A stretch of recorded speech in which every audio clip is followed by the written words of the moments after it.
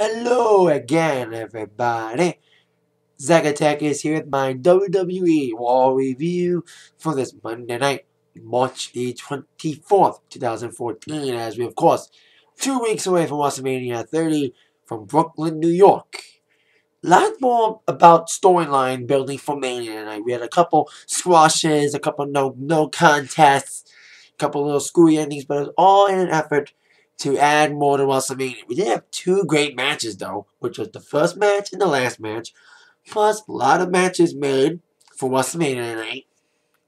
Matches that we knew were going to be added eventually. Plus, finally, a certain bad guy finally confirmed for the Hall of Fame. Finally, after weeks of speculation. But of course, one guy, actually two guys we didn't get there, a lot of chants. Especially Brooklyn, New York. New York crowds are always notorious for chanting. They were chanting a lot tonight. We should have known the CM Punk chants would be in full effect tonight, unfortunately. Get over it. That's my 3 words, dude. Not just Brooklyn fans, but any fans who chant CM Punk, get the fuck over it. I love Punk, and I would love him to come back, but I've accepted he ain't coming back. So, chanting his name to troll the show ain't gonna bring him back. Maybe this also is because Daniel Bryan wasn't on Raw tonight. That's probably also why, too. D-Boy was storyline injured last week by Triple H as a tank, so we didn't see D-Boy on Raw this week. So that he might be doing a dark match main event. That's probably what happened. They probably have him doing a dark match main event. But on Raw tonight on TV, there was no D-Boy, as was mentioned by Stephanie McMahon as we started Raw tonight.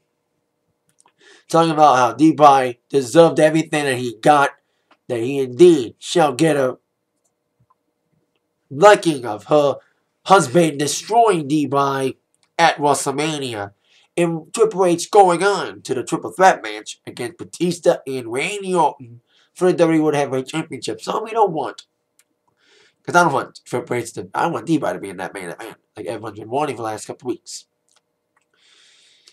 But then here we go with Randy Orton coming out saying that, Stephanie, I don't care if it's your husband or not, and I respect the authority, but I am going to beat up your husband if he ends up being in that match, because I'm going to do what I do best.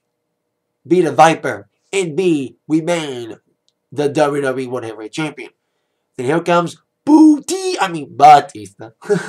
You have nothing against him, but I've been saying this for the last couple of weeks. He was in the wrong place at the wrong time. The fans want D-Boy right now. D-Boy is the new face of the WWE in many people's eyes, and I agree too. After the whole screw jobs he's been put on there, it won the fans over. It got him over big time. It made the yes movement what it is. And a lot of yes chants, like I said, especially with him there. And Batista's like, oh, you can kiss up and drool over Stephanie all you want. But you know what? Stephanie's been drooled on before. I think she's been drooled on a lot, to be more honest. Then Batista got a big slap from Stephanie, knocking the glasses out of his face. And you got Orton's face was just priceless doing this. Just freaking priceless. Especially also the fact that Batista's mic went off. That was well deserved. I don't care if that was purposed or unintentional. Batista's mic going off as he was trying to speak. That was kind of funny. And the big slap was kind of funny. Orton's reaction was funny. He was just laughing his ass off. But he wasn't laughing after Batista spilled the fuck out of him after that. And that was the only time he saw those two tonight. Because they got a match next week. The one-on-one match that was supposed to be at WrestleMania will take place next week. Of course, non-title, of course. Batista against Randy Orton. At Washington, D.C., Batista's hometown. Probably like whenever John Cena comes to Boston, he'll get booed the fuck out of his hometown. That's what's probably going to happen to Batista next week when Raw's in Washington, D.C. on the last stop on the road to WrestleMania. Now on to a fatal four-way involving 4 guys who have a trip to WrestleMania involving in a battle royal. Of course, Bruno Del Rio, Dolph Ziggler, Christian, and Sheamus battling for the number 1 contendership for the Intercontinental Championship in a fatal four-way to take on Biggie Langston on the main event on WWE Network. Now, like I said in the beginning, the best matches on this Raw were the first match and the last match. This was just a great fatal four-way. It was a brawl right from the bat. The fans were basically Ziggler guys. I've been wanting Ziggler to get pushed again, and he proved again tonight Why, he should be punched again! Come on, man. He was, in my mind, the MVP of this match. It was just a great fatal four-way. A lot of action. Even Sheamus looked decent in this match, especially there was one move when Sheamus was underneath the rope. Because he and Christian went at it right off the fucking mat. You know, their feud's been everlasting the last couple of weeks. There was some great spots in this. I think Sheamus was on the middle rope, like underneath the bottom rope. And Christian was going for a big move, and Sheamus just kicked him from the rope. That was a good move. But then Ziggler was like I said, Ziggler was the MVP, doing the famous off the top rope to, I think it was Christian. I think was the one he did the famous on the top. That was a great move. And like I said, a lot of great action. The ending came. It was just like the fuck out of nowhere. Like everyone was doing all the big moves. And Christian trying to be like anti-ultra opportunist as Dolph was going for a big zigzag on Sheamus and Del Rio. Because Sheamus was putting that cross arm breaker by Del Rio. And then Ziggler did like a double move on both of them, like a zigzag move, take them both down. But then Christian came in, like the opportunist, like I mentioned, did the kill switch. I still call it. I think Famouser was a better name. Not Famouser. Unprettier was a better name than kill switch. But I think because TNA catchphrased it, you know, trademarked it since Christian came to TNA, they probably can't use Unpretty anymore. That's why they've been calling it kill switch. But whatever you call it, kill switch or Unprettier. Christian got on Ziggler. 1-2-3 victory for Christian. He will take on Biggie Langston for the IC Championship on the main event on WWE Network this week. Like I said, great match. Like I said, it was not exactly a spot fest, but there was some good spots in this match, especially Ziggler. Some great spots from Ziggler. Great fast-paced action from both these guys. From all these guys, actually. You know. Like, everybody looked good in this match. I mean, Del Rio did well. You know, there were some great spots from Bobby Del Rio. Nasty kicks and stuff. There's some great big action from all these guys. Great match to begin Raw. All four of these guys being in the Battle Royal. Even Zack Ryder's in the Battle Royal. You know, Andre the Giant Battle Royal. And speaking of the Andre the Giant Battle Royal, we had some people out. And we'll talk about that in a moment. But after that great match, you went from that to a couple silly matches. But like I said, it's all about storyline building for Mania. But not this match. We had a lot of celebrity appearances tonight, including Scooby-Doo. God, the fans were just not reacting to this. You know, Sin Cara against Damien Sandow. They were already wiped from that first match, which was very good. A lot of holy shit moments. There's a lot of holy shit chants tonight. Especially doing that first and the last match. But Scooby-Doo came out, the Mystery Machine, you know, they're trying to promote the WWE film, the animated Scooby-Doo film, the WWE WrestleMania thing with Scooby-Doo, which I've known about for months, and now it's coming out this week. But the fans were just apathy, I think, for two reasons. One, because it's kiddie shit. Two, because we just had a great match, and you go from a great Fatal 4-8 to Scooby-fucking-Doo. Come on, dude. And then Damien Sandow was punished by having to face off against the card. Like, the crowd was just not into it at all. They were just emphatic. It was filler. It was just... But I think it would have been great if Scooby-Doo got involved. You know, they like the comedy thing. Like, Scooby-Doo just standing there, just being an observer. The guy in the Scooby-Doo's outfit. That was stupid. And it was just emphatic. Like, it was just stupid. And pointless, in my opinion. It was just stupid. Especially with Scooby-Doo not getting himself involved. It could have added a little bit to it. But it didn't matter. The match was just emphatic. The crowd just was into it. Now on to our next matchup, which involved Los Matadores and Ryback, so involving Goldberg, Ryback and Curtis Axel. Like I mentioned, we have that Under the Giant Battle Royal. Now, Ryback, Soul was supposed to be in the Battle Royal, but over the weekend, their names were taken off the list of participants, which led many people to speculate that they would be involved in a tag team title match, which is the case. Following the beatdown on the Shield last week on SmackDown, Ryback got rewarded by getting a tag team title match against the Usos for the tag team titles at WrestleMania 30. No, I bet you that'll be the pre-show. Unless it's the Battle Royal. Like, now that the pre-show's 2 hours, I think the Battle Royal is going to be the 2-hour pre-show. Speaking of the Shield, I told you Shield got beat down by Ryback and also by Real Americans this week. This past week on SmackDown. We had one little stupid little thing, but now it was like, what? not even a minute, as Los Matadors was just getting pounded by White Baxel. And then here comes the Shield through the crowd wanting revenge, and just beat down on White Baxel, causing the no contest to deliver the triple powerbomb. And wanting more revenge, he got put in a match against We Americans later on in the evening. Probably the other best match besides the first match. I've been saying the first match and best match was the best matches. Now you know the last match was the Shield against the We Americans. I'll tell you how good that was later on. But then after that little shenanigan, those little shenanigans, now we got another segment involving Michael Cole and Triple H in a sit-down interview. As Triple H was, of course, going to discuss his attack on D-Bry last week, kind of setting him up by handcuffing by fake police before Triple H was just bound on a helpless D-Bry, causing D-Bry to not be on Raw tonight, storyline reasons. And he's like, "You're the CEO, Triple H. COO, why would you do this?" Wait a minute. I'm confused by that. I'm the COO, but I'm also a competitor. You know, the competitor in me was brought out. I'm a COO now. I'm an asshole in a suit. Basically, here's some asshole chance, but not much. And I did like Triple H's speech about, like, everyone's like, you know, everyone's all complaining now. I see, when I was a competitor back in my prime, I used to see all your faces of envy and your eyes of hunger and your desire for success like I. But now I see your faces. I see crybabies who go on the internet every day and treat me a complaint. Basically, a little bit of a slap to the IWC. He's always been making fun of the IWC, especially the day after the Rumble. He was like, "Oh, you didn't get what you wanted."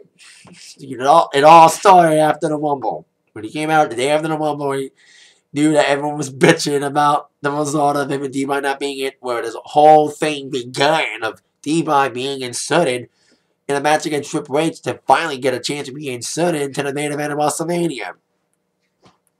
Because D-Bry's the most popular guy right now. And to be honest, CM Punk, everyone's been chanting CM Punk lately. They should say, "Thank you, CM Punk." Because if CM Punk would not have left, I think this whole Yes movement would never happen with D-Bry. You know, D-Bry is benefiting from the fact that, like I said before, not only is D-Bry taking CM Punk's role as the most popular guy in WWE, he's taking CM Punk's role in the feud against Triple H. You know, he's benefiting from it, big time. You know, what would have been Punk would have stayed. And also like Triple H saying this is the reality era. Where we had the Attitude Era, what we call the Ruthless Aggression Era, or the Transition Era, as many people would call that era, 2002, 2005. The TVPG era. And now we got the reality era. Makes sense, we got Total Divas. Anyway, then Triple H is like, "Michael Cole, I'm going to end D-Bry's little fluke trip of his last movement. I'm going to be the King of Kings, blah, blah, blah, blah." He would end with Triple H, I wait. Because like I said, he's separating personal with business. He's making it a little bit personal. But I did like his little speech, especially little shot the IWC. Me included, kind of. Now, on with our next matchup involving Scaramouche, Brooklyn doing a Fandango. And I thought Titus O'Neil was getting punished a lot. But I think Fandango was getting a little punished because he got kind of beat up again by a Rhodes member. Last week it was Goldust. This week it was Cody Rhodes. The match was decent, but it was a distraction from Goldust that kind of distracted Fandango. Summer Rae was having a little dance-off with Goldust. This being Brooklyn, after all, you know, the home of disco, you know, Saturday Night Fever. You know, doing the little disco moves, and Summer Rae kind of tripped on a foot or something and kind of distracted Fandango. The match was okay. Cody Rhodes was carrying the match. You know, he's a better athlete. Hello. When you're the son of one of the sons of Dusty Rhodes, you are a gifted wrestler. You know, the son of a plumber. And you know, all that stuff. So there you go. With Cody Rhodes getting the disaster kick following the distraction from Goldust, and Fandango being distracted by that. Like I said, Goldust being distracting Fandango and Summer Rae. 1-2-3 victory for Cody Rhodes after the disaster kick, capitalizing on that distraction. It was a decent match. You know, but I think Summer Rae's turning face. But who knows the story. But Summer Rae would be inserted into a match in WrestleMania. But then on to our next little shenanigan, a little segment involving Hulk Hogan, the host of Mania, bringing out the other guest stars of Raw, stars of the new movie that's destined to be a bomb. I mean, Sabotage God. Like, all these old action guys, like Arnold Schwarzenegger and Sylvester Stallone, I have nothing against them. But can they just let sleeping beasts just lie? Come on, they don't need to make these stupid movies that no one's gonna watch. Hello, do you remember Escape Plan? Escape Plan was a bomb. Kick to the head, Sylvester Stallone movie failed. Garage Match failed. Nothing Sabotage would be a bigger bomb than the Muppets movie recently. You know, Muppets Most Wanted, bombing to Divergent. But that topic's for another show. Like, the movie topics are for another show of mine. Gee, plug, what are your tagline? Anyway, we have, you know, the governor unknown. I thought he was going to get his ass booed. Like Scooby-Doo did, but actually, you know, he got a big cheer at Joe Magnanello. But Joe Magnanello got a little booed. Because Arnold, he's been involved before in WWE. He was on SmackDown 15 years ago. That episode's on the WWE Network. No G-plug. And he was on the WWE Hall of Fame last year, inducting Bruno Sammartino. You know, and he's like, you know, I'm glad to be here promoting my new movie. I'm so desperate for publicity. I'm on Raw. I'll be back. Anyway, then Joe spoke about, you know, being away with the icons. Then Miz interrupted. Because I'm in the Andre the Giant Battle Royal. And I'm a bigger star than anybody. I'm the must-see guy in WWE history. And I'm a fan, but I'm going to win that Battle Royal. Because I'm the Miz and I'm awesome. He didn't say that, but then he just talks back. Especially when Hogan did say that. He was like doing a joke about saying that Arnold and Joe Magnanello can join the Battle Royal. That's what brought out Miz. And Miz like, you don't belong here. Then Joe just kind of shoved Miz before elbow from Arnold would take Miz down before being tossed over the top rope by Hulk Hogan. Not only tossing Miz up the rope, maybe tossing up what's left of Miz's career. So Miz trying to outshine Arnold, because he's a movie star kind of too. Because he's been in a couple movies. Made the video. It made for ABC Family movies. Anyway, so we had that little segment of Arnold and Hogan and Joe Magnanello guy. Now on to our next little match. I told you about Fandango getting punished. I thought Titus O'Neil was getting punished. Like, Titus O'Neil lost 3 times at a house show recently. Lost a singles match, 2 singles matches, and then lost a tag match. And then he got his butt whipped by the Big Show tonight. And Titus was trying to toss Big Show off the top rope because both these guys were in the Battle Royal. But then Big Show just came back alive, pulled down the straps out of the Big E style, and knocked the hell out of Mr. Titus with the weapon of mass destruction. The victory for Big Show was okay, but it was, I knew it was going to be a squash. I thought it would be shorter. As short as the Sin Cara match against Sandown tonight. But then we're on to our next scenario for the Titus O'Neil squash. He did look okay. Like I said, a good offense, but he would later eat the fist of the Big Show. Now, we are on to John Cena taking on Harper. This was like the most surreal match of the night. It's because of the fans' reactions during this match. But it started with John Cena backstage, you know, looking in the mirror. He's in the bathroom. Perfect place for him because his career's in the toilet. But he was watching his face. He was looking at his face in the mirror, and then he was a sheep mask in the corner of his eye. He turned around, the mind games have started. You think Taker plays mind games? Bray Wyatt's played mind games on Cena the last couple weeks. Another decent, great promo, and I've been saying it for the last couple weeks now. Bray Wyatt's been delivering some awesome promos. He did again early in the evening, but then, of course, we would see the Wyatt family in action. John Cena taking on Harper, following that little altercation in the bathroom with the sheep mask. Of course, Bray Wyatt and Warren would be at ringside. Sheep mask on head. Be on another head later. But, God, like, I think if you were to ask what cities are the cities that John Cena gets the most hate from, you could probably, no particular, probably name Boston, his hometown, Chicago, and New York. New York's probably his most hated, one of the most hated towns Cena gets booed at. Hello, East Louis, one night stand of 6. You know, and tonight, God, Cena got booed out the building. Got booed so bad, you could hear "Let's Go Harper" chants.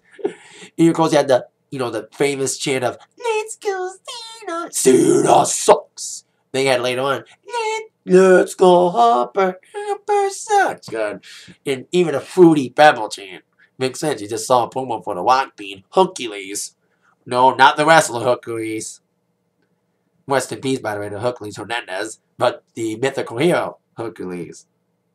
Too bad Rock's not being involved in WrestleMania 30.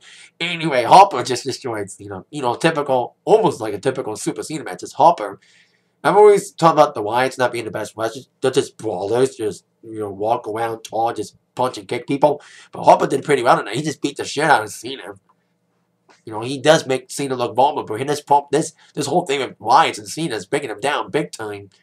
Especially at the end of the match. As Harper was just destroying Cena, even flew out the middle rope to Cena on the floor. That was just a very interesting move. And of course, Cena tried his best to fight back, and the crowd was just like cheering everything of Harper. Like, especially when Cena was trying to do the 5-knuckle shuffle, and like every time Harper would hit anything, like, yeah, go Harper! The Cena haters were out full force. But despite the Harper attacks, of course, you could not stop the man who is faster than Rey Mysterio, more powerful than the Big Show, able to bury careers and pushes in a single bound, the most hated man in WWE. Super Cena came out to play. He had the SCFU at one point, and he was at one point. He did attempt the FU once, but then he was attempting the FU again. Bray Wyatt's music hits, the lights go out, and the lights go back on, and Cena will be pummeled. It was tied up against the rope, sheet mask on head. And the last thing was the Wyatt surrounding Cena with the head on his mask on his head, and the fans just chanting, "This is awesome!" chant. This is surreal. Cena's just getting his butt, and he deserves it. A guy's not in the title picture, and this whole Bray Wyatt thing's being done elaborately. But unfortunately, it's going to lead to one thing. Super Cena winning. I've been talking to a lot of my friends. And my friends are like, I just hate Bray Wyatt. I want Cena to win. They're like, we want Cena to lose, but not to Bray Wyatt. They'd rather see Cena lose to Undertaker or somebody. You know what I mean? That's what my friends are saying about this. But I just want Cena to lose. But I know that, like once I said before in my little promo, a man who is able to bury careers in a single bound, he'll probably bury Bray Wyatt at Mania. I can see it now. John Cena standing tall for Bray Wyatt, but this whole build-up's been great. Despite what we'll probably have with Cena winning, like fucking always. It's been a great build-up. Especially with night Cena being tied up and put the mask on his head. That was kind of funny. And the crowd reaction was just priceless. We're now on to our next scenario, which set up a match for Mania with Pirate Naomi. Naomi. Gotta make fun of her when she's wearing a fucking eye patch. You gotta make that comment about her being a freaking pirate. Yo ho, a pirate's life for me. Anyway, Pirate Naomi took on AJ with Tamina. I thought they broke up. Maybe they kissed and made up. Apparently they all, because they were back together after that little altercation last week. But, a couple weeks back. But anyway, we had a match. Naomi Miss AJ for the Divas. It wasn't a Divas title match, but we would find out a Divas title match for WrestleMania after AJ got counted out. I guess we had a couple silly things. Some squashes, no contest, and a count out. But like I said, it's all an effort to build matches for Mania. Which is exactly what happened. As AJ got counted out. And Naomi's a great athlete. I'll just say that about Naomi. Naomi's probably one of the athletic divas they got right now. She's actually pretty good. And she's been getting pushed lately until she got injured. And I've been speculating about her being in a match with in Mania, her against AJ and probably Tamina in a triple threat. But it's more than a triple threat, as Vicky Guerrero would come out and say that AJ will defend the Divas title at Mania following a count out victory. Actually, count out loss. Herself counted out. What's being called the Vicky Guerrero Divas Championship Invitational. Basically, the entire cast of divas, total divas, minus JoJo, would be in this matchup. We would have basically all the divas involved. We have, the Total Divas cast, the Bella Twins, Natalya, Eva Marie, Summer Rae, and then Rosa Mendez. Of course, Funkadactyls, Naomi and Camryn, Oksana, Layla, Emma, and Tamina. So it's like a 10 diva match for the Divas title at WrestleMania. The punishment continues for AJ for being CM Punk's girlfriend. No wonder why they didn't bring AJ out in Chicago, because they knew she was prey to CM Punk chants. Once again, get the fuck over it, fans. He's not coming back. Even how much you beg, he ain't coming back. I want him to, but I've accepted the reality. Reality era, as Triple H would say. Now on to the second best match of the night, main event. The Shield. Being two of them, and I was wondering if it was going to be 3-on-2. But it ended up being 2-on-2, as Roman Reigns would sit this match out, as Seth Rollins would team up with Dean Ambrose against the Real Americans. A lot of We the People chants. Like, the Soul's getting over. I've been seeing it for weeks, that the Soul's getting over with the fans. Been seeing the Soul such inside for the last couple weeks, saw it again tonight. So, the Real Americans took advantage in the early half of the matchup. They were doing some great double team and isolating of Dean Ambrose and just not allowing Ambrose to get a tag into Rollins. Rollins was taken out, and of course we saw the swing. Very good matchup. But my favorite part of the match was basically the second half of the matchup. As Real Americans looked very good, did a double team move with Swagger doing the Swagger bomb, and then Cesaro going over the top of Swagger's body, doing the stomp. Another good spot was Seth Rollins came in first before taking Ambrose to be isolated. And Rollins did a little tribute to Eddie Guerrero doing the at least 2 out of 3 Amigos. Then doing the third one as a double team with Ambrose tagging in, which would lead Ambrose to be isolated for the first half of this matchup. But then after Ambrose got his butt whipped for most of the match, and Rollins too, Rollins got the hot tag in. And my favorite member of the Shield, I like Reigns and all, but my other favorite member of the Shield has to be Rollins. I was impressed with his performance at Elimination Chamber, and once again, he performed awesomely tonight. Doing some big fly moves.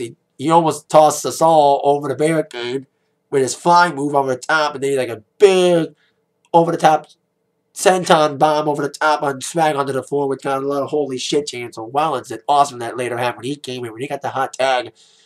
And also another great spot was before he got tagged in, Ambrose got slapped a little by Swagger. He's like, come on, Swagger.